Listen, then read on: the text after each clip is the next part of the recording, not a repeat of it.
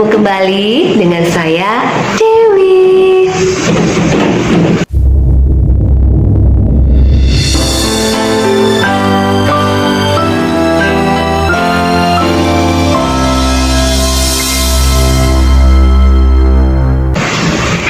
Kali ini kita akan membahas bagaimana caranya kita mengasah kemampuan indera keenam kita.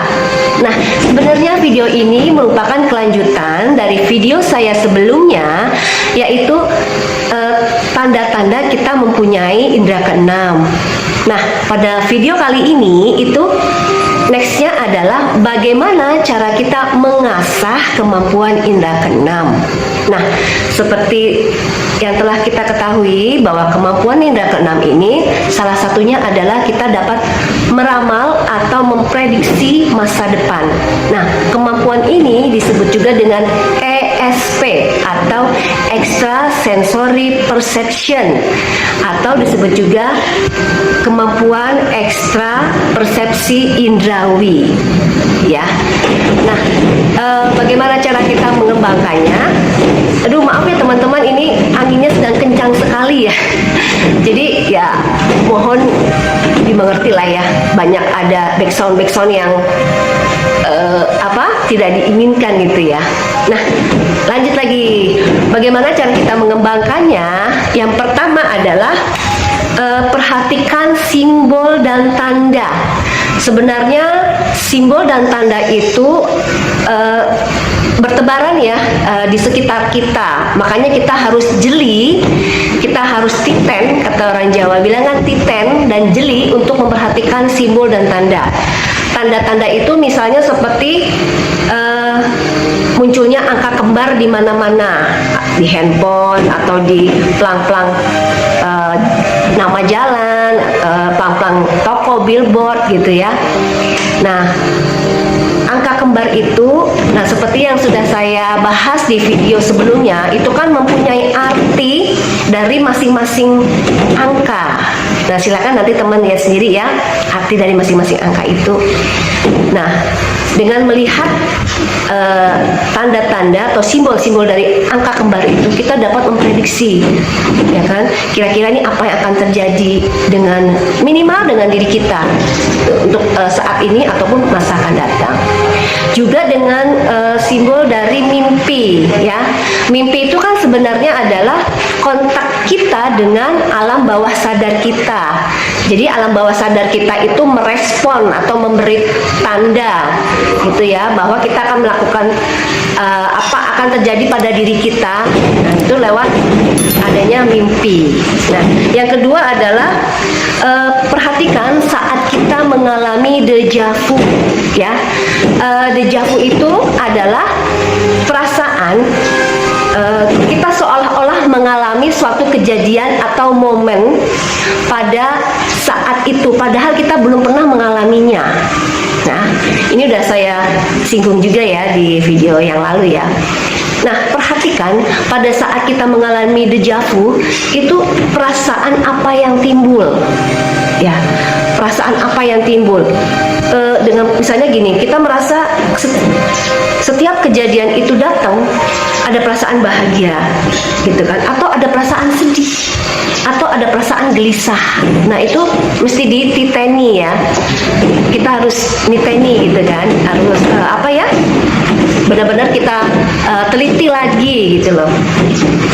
Nah, dengan memperhatikan itu kita dapat menghubungkan, ya kan, kita dapat mengambil suatu benang merah, ya kan, oh ternyata deja vu yang saya alami ini maksudnya seperti ini gitu kan, seperti itu. Atau kita dapat melihat apa namanya, setelah perasaan itu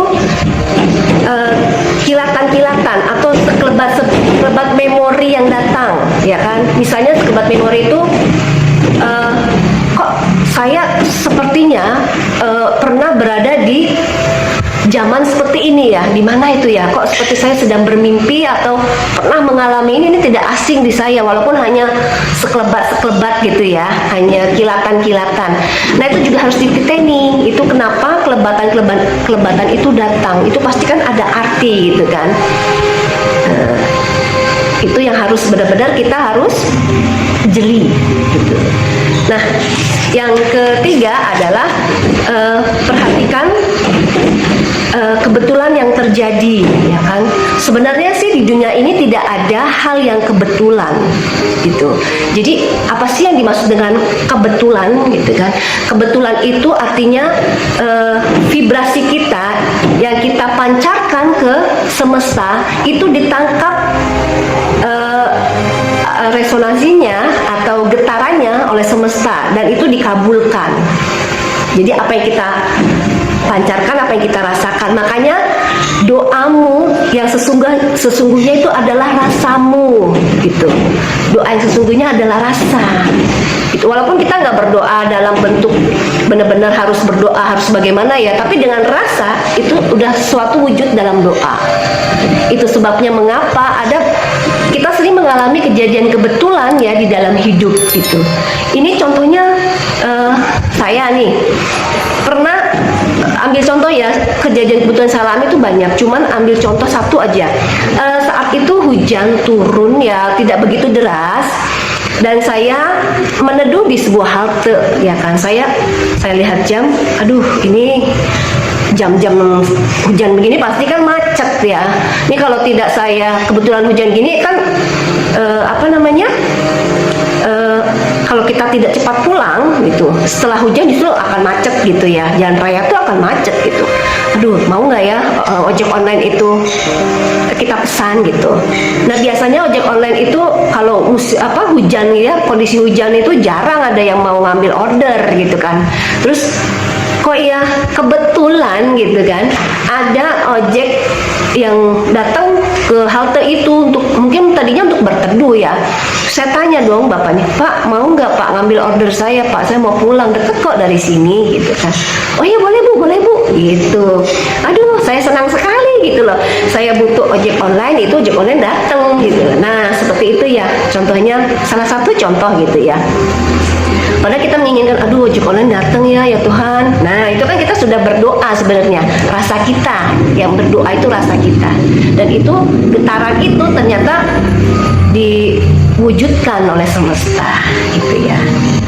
Nah yang keempat adalah perbanyak membaca bacaan soal mitologi. Jadi mitologi adalah ilmu yang mempelajari tentang mitos-mitos atau kepercayaan atau cerita dari suatu daerah ya, daerah setempat gitu ya. Jadi kita harus banyak membaca ya kan, apa yang berkembang, apa yang menjadi kepercayaan di daerah setempat. Nah dengan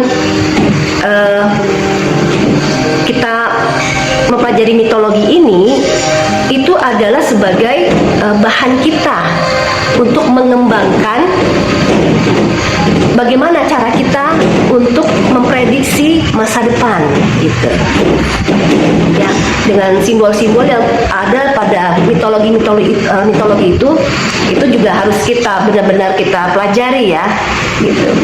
Yang kelima adalah cari sumber kebiasaan, pandangan dan cara tertentu. Nah, di sini dengan kita mencari sumber kebiasaan, pandangan, cara tertentu, artinya kita menggali dari kebiasaan dari masyarakat setempat gitu. Jadi sumbernya dari situ ya, itu yang kita kembangkan. Gitu. Misalnya nih ya, suatu wilayah gitu kan, mereka percaya bahwa ada bulan yang cocok untuk masa tanam, bulan yang cocok untuk masa panen, itu dengan melihat dari simbol dari bintang, awan maupun arah angin gitu ya.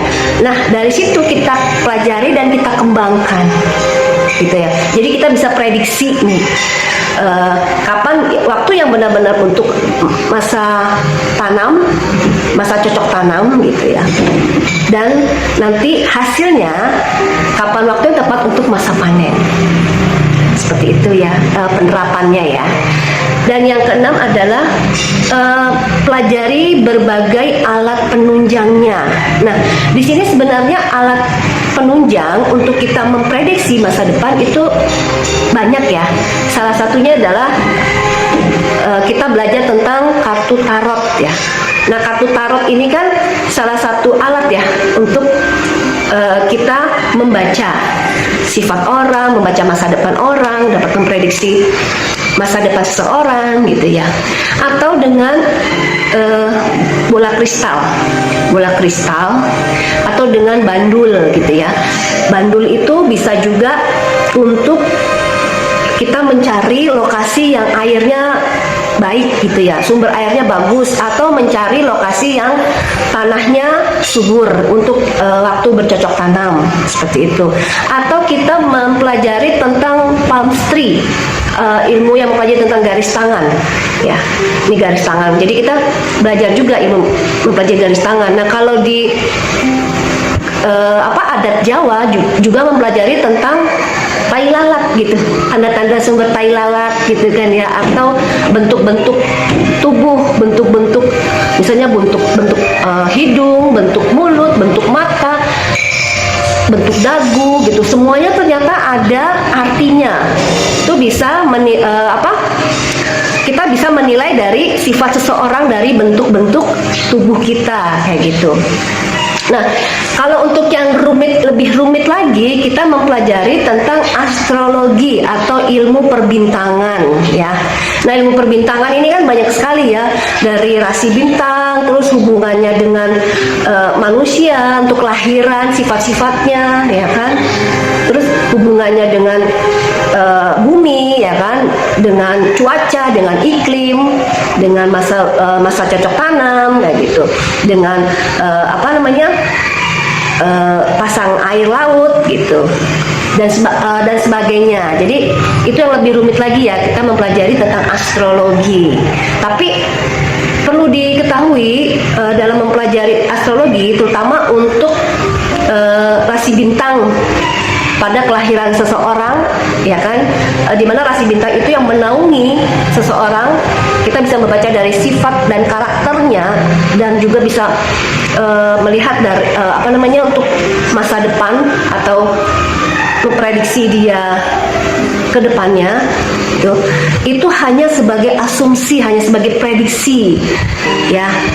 Jadi itu tergantung dari orang tersebut, dia mempercayai atau tidak gitu ya. Jadi kita tidak bisa memaksa gitu ya, seperti itu. Nah, seperti itu ya teman-teman. Mudah-mudahan bahasan kali ini bisa bermanfaat gitu ya. Semoga bisa menambah wawasan dan ilmu bagi teman-teman. Nah, kalau ada teman-teman yang punya pertanyaan atau bahasan apa yang ingin kita buka untuk next video saya berikutnya, silakan komen di bawah video saya. Terima kasih teman-teman. Jadikan kita manusia yang pandai bersyukur, manusia yang penuh dengan cinta kasih, dan selalu berbahagia. Jangan lupa untuk bunyikan lonceng. Jadi apabila ada video saya yang baru, itu teman-teman dapat notif ya. Jadi tidak ketinggalan video saya yang terbaru. Terima kasih teman-teman. Rahayu.